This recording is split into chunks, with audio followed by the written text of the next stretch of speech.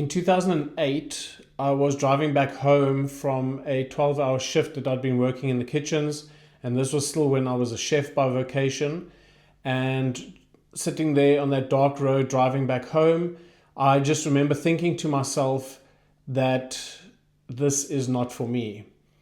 And I cringed at the fact because I didn't know who I'm going to tell this to, because this was the third iteration of me trying to find myself. This had been a theme throughout my life. I was chopping and changing between fields of study, and it was obviously noticeable to everyone, and it seemed to have been a thing because I remember being at a friend's house where he'd invited me for a lunch function, and I was just standing around, and his grandfather walked up to me and asked me with a snide remark about, "Oh, what are you busy doing now?"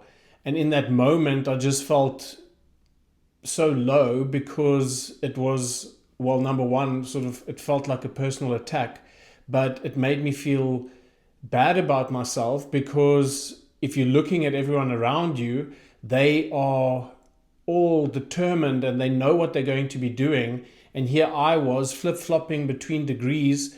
I mean, I started studying information technology because it was something that I thought that because I'm good at it and I enjoy it, that I'm going to make a career out of it.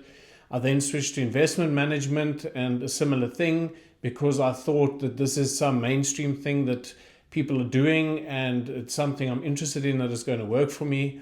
And this third attempt was a complete about turn. I went to chef school and did a 2-year stint there and then qualified. But thematically throughout my life, this had been my story. And it was always a source of internal conflict for me. And I had this internal friction because if you're looking at what's happening around you and what everyone else is doing, they choose something, they stick to it, and they just proceed with it. But I didn't have that ability, and I just thought I was either difficult or I didn't have the ability to stick to anything, and I didn't have perseverance. And even my siblings followed one path. But the more that I've realized it and looking back on that situation is that I wasn't actually broken and I wasn't needing to be fixed. For me, and the way that I learn and see the world is that I need multiple pieces of different moving puzzles, and that's the only way that my brain works. I'm not one-track minded, and if you're trying to follow a path of someone else who is, then that's when you start to feel this internal conflict.